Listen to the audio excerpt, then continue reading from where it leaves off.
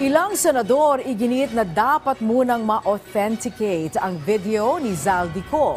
Ayon naman kay Senador Lacson, maaaring tumestigo siya ko sa Senate Blue Ribbon Committee habang nasa embahada o konsulado ng Pilipinas. Si Luisa Erispe sa sentro ng balita. Duda pa rin hanggang sa ngayon ang ilang senador sa video na inilabas ni dating Ako Bicol Representative Zaldico na may mga paratang hinggil sa budget insertions. Ayon kay Blue Ribbon Committee Chairman Senator Ping Lacson, kung totoo talaga ang mga sinabi ni Ko sa video, importanteng ma-authenticate ito.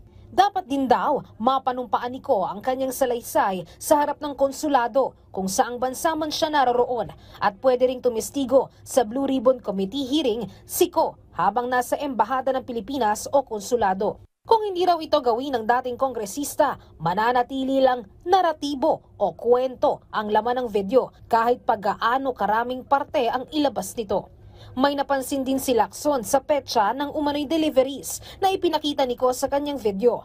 Bakit raw karamihan dito ay 2024 na tila hindi akma sa insertions na dapat ay para sa 2025 budget. Pero sa ngayon, sinusuri na ni Lacson ang listahan ng umano'y 100 billion pesos na insertions raw ni Pangulong Ferdinand R. Marcos Jr. sa 2025 GAA. Si Senator Win Gatchalian na chairman ng Committee on Finance, sinisilip naman bakit may mga sumusulpot kasi na mga infrastructure project na hindi man lang dumaan sa mga LGU.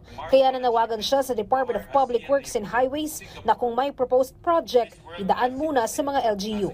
Anya, sa 2027, dapat bago mailagay sa National Expenditure Program ay masilip muna sa Regional Development Councils para maiwasan ang issue ng korupsyon. Luisa Erispe para sa Pambansang TV sa Bagong Pilipinas.